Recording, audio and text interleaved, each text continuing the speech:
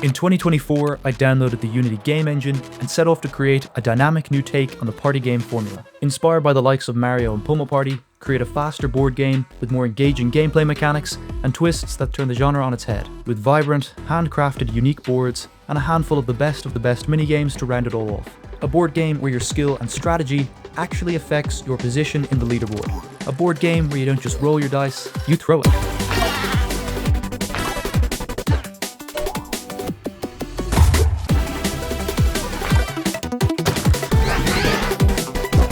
Other than knowing how to program and some experience making 2D games, I had no idea what I was doing. I learned 3D modeling, texturing, UI design, lighting, optimization, networking, and the inner workings of the Unity game engine all in 1 year. I thought I could make this in 3 months, and here I am 18 months later, finally able to make the trailer for the Steam page, which you should check out and wishlist from the link in the description. Yes, right now, go wishlist right now, then come back and continue watching the video. The idea was something I'd never seen before. Each player would be able to aim and physically throw their dice on their turn, throw it at other players' heads to deal damage, throw it at targets scattered throughout the maps for additional bonuses, and throw it to activate dynamic events that change how players interact with the board, as well as using consumable items on your turn to inflict additional damage and sabotage other players, with faster transitions between rounds and turns to reduce downtime and keep the focus on the gameplay.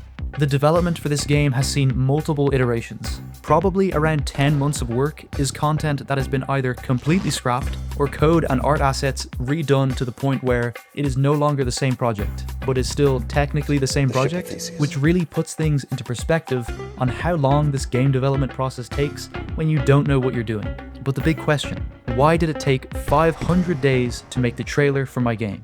They're more than just a compilation of gameplay clips or an explanation of how to play the game. Good trailers require good pacing and strategic release of information to hook in and intrigue potential players. They also need to preview what looks like a finished product bursting with content. All this before the product is finished and bursting with content. So minimum deliverables in a trailer include a basic rundown of gameplay features and mechanics, and if these marketing gurus are to be trusted, that is the best bang for your buck. At least 3 level environments showcased. Now for Party Champ, that means 3 boards showcased, and a variety of minigames, which to me means showing at least 5 minigames. I was only planning on 3 boards to release when the game launches, but I actually think, depending on time and how many wishlists the game gets, I may extend development to include up to 5 boards, with additional smaller variants for some of the larger boards, with updated visuals like a different time of day or decorations on the map.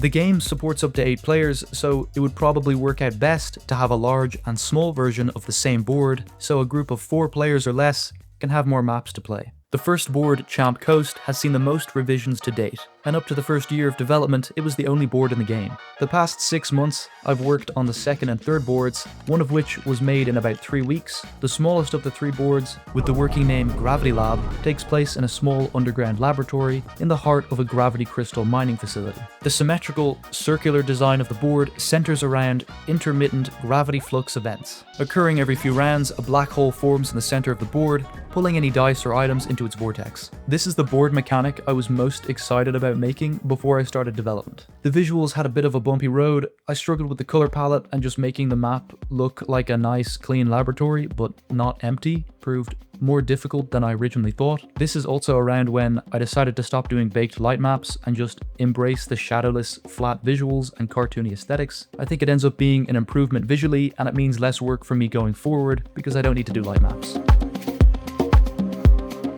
As I said, the working title for this board right now is Gravity Lab, but I would love to hear people in the comments with ideas for the name. Some others I have are Obsidian Research and Orbit Industries, so let me know what you think. The original concept for this board had it set in the wreckage of a space station, with the board centering around a black hole, having parts of the map inside the space station with regular gravity and parts outside with low gravity. But I thought it would be too disruptive to have permanent low gravity in some parts of the map, and it was a nightmare to figure out how to structure the board without making it really big, which this board was always intended to be on the smaller size. The third board I worked on for the trailer takes place in a quiet, misty mountain, with environment and architecture inspired by Japanese shrines and graveyards. I chose this theme because I really like the aesthetic, with the bright redwood structures contrasting with the vibrant green foliage. It just looks good. What can I say? They were cooking when they came up with this stuff.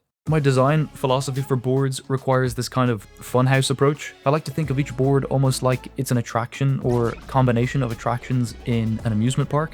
So that being said, this board isn't realistic, it's a mishmash of different Japanese architectural and environmental features. The board is split into 3 vertical layers. At the top sits a sacred shrine beside a pond and an open courtyard, connected to the middle layer by stone steps. The bottom layer is an old moss-covered graveyard filled with cedar trees and stone statue carvings inspired by very real Japanese graveyards. A river and a series of waterfalls run through the center of the board, with patches of bamboo scattered throughout the map. Verticality is a key focus, with each layer positioned at a significantly higher elevation than the one below it. The 3 layers are connected by 3 moving platforms. While this mechanic isn't fully implemented yet, the idea is that each elevator will have targets that you can hit by throwing your dice, causing the platforms to rotate clockwise or anti-clockwise between layers. The top and middle layers are also connected by standard board tiles, but the larger bottom layer is only accessible with the elevators. This elevator system might need some tweaking after proper playtesting, depending on how disruptive or frustrating it feels during gameplay, but we'll have to see in the future. The visuals for the board took around 3 weeks, and there's probably another couple of weeks until it's ready for launch. A lot of elements are still unfinished, the bonus target placements aren't finalized yet, and the elevator mechanic, both mechanically and visually, are not done. There's also an unfinished board mechanic involving these demon tiles, which I'll let you theorize on your own what these do. I'm also still deciding on a name for the board. The current options are Serenity Peak and Misty Mountain, so drop your own suggestions in the comments too. One absolute non-negotiable I wanted for the trailer were cinematic animated segments to really up the quality and give a more professional feel than a standard solo developed game trailer. Something that made Party Champ look like it had a bigger production behind it than just one dude sitting at home at his desk. I always had an interest in animation, so I finally took the plunge and spent a bit of time learning it in Blender. Back in September, I spent a week putting together a small test animation. It was a bit rough around the edges, but it captured the overall tone I was going for, a simple scene with Champ characters as the focus. I also mocked up another segment, but I never built it out further because I felt like it was too slow for the fast-paced trailer I had in mind. More recently, I revisited the animations and redid the test footage from scratch. Early on, I used a Mixamo dance as a placeholder for one of the shots, which I later replaced entirely. After adding effects and a clean transition into gameplay, the opening of the trailer was finished. I then had at least 2 more animations planned, the transition into minigames, and of course, the climactic ending, with an additional 2 bonus animations if I stayed on schedule. The outro was next, and with that came a far more complicated sequence, including 7 champs, multiple effects added in post, and a transition into the end screen with the title art and information on where to wishlist. For the intro, I had the test footage to use as reference, but for this outro sequence, I basically just winged it and made it up as I went along. I had a rough idea that I wanted it to center around the champ from the beginning, and he's like walking through this chaos happening around him. Everybody else. I did play around with the idea of having the other champ from the beginning come in last second and snatch a diamond that they're walking towards, but I decided against it. The black hole effect is actually just a video taken of the black hole in game and then manually tracked to the black sphere I put in the scene for reference, which it worked out better than I could have hoped. Something that I should mention about how I put the animations together is that each character and prop are rendered separately, layered on top of each other, and then the black outlines are added in post. I did this because I just couldn't get them to look right using the built-in outlines in Blender, and it gave me more control to adjust colors for each character. This also let me add more visual effects on the background behind the characters. Next came the Minigames intro, which wasn't too complicated. The hardest part was animating the run cycle, which I was able to just duplicate and offset on all of the champs. I finished these 3 animations with plenty of time to do the bonus ones, so next was the intro into the cards section. The cards in the game act almost like passive items in a roguelike. Some of them upgrade your player's abilities, some automatically trigger when certain criteria is met. It's basically another feature on the board that shakes up gameplay and amplifies your throwing abilities. So I came up with this animation where a champ is holding a card that appears to grow the size of their dice, and 2 other champs panic and run off screen, which leads into the section on board cards. The final animation was just a simple shot of 3 champs in different outfits.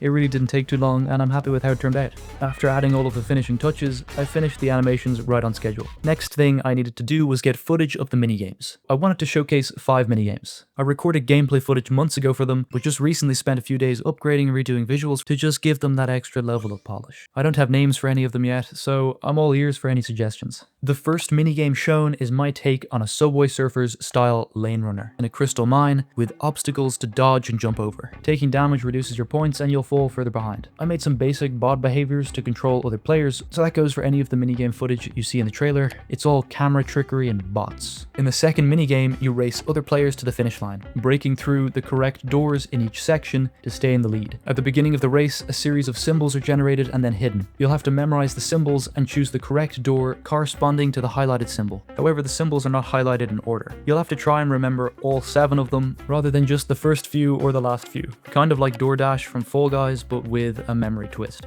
In the third minigame, run along timed platforms and be the last player to survive. Inspired by Spleef from Minecraft and Hexagon from Fall Guys. The platforms slowly regenerate but take longer the more the game goes on. You can also collect points and power-ups by running over special randomly spawning tiles. So again, similar to existing games but with a twist. The fourth minigame is all about reaction times. At the very beginning, you'll be shown a specific gumball in the jaw of the clown's head. Players will need to remember that gumball design, and then the trapdoor on the floor will begin to open and close, revealing different gumballs. When the design that matches the one shown earlier in the clown's mouth is shown, it's a race to press your buzzer faster than the other players. The reaction times are displayed on the podiums, and then the winner is drawn each round. Even just playtesting this, you lock in for this. Like, I can't imagine how competitive people are going to get playing this. It's like when your friend group discovers the Human Benchmark website, which a lot of the minigames are actually planned to be inspired by some of the tests on that.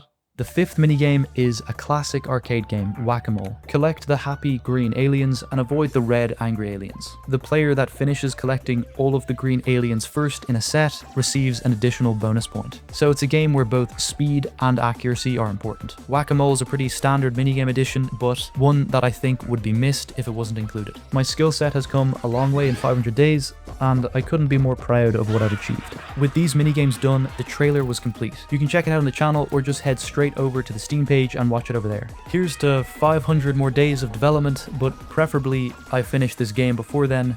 Public demo soon maybe, subscribe and like the video, goodbye.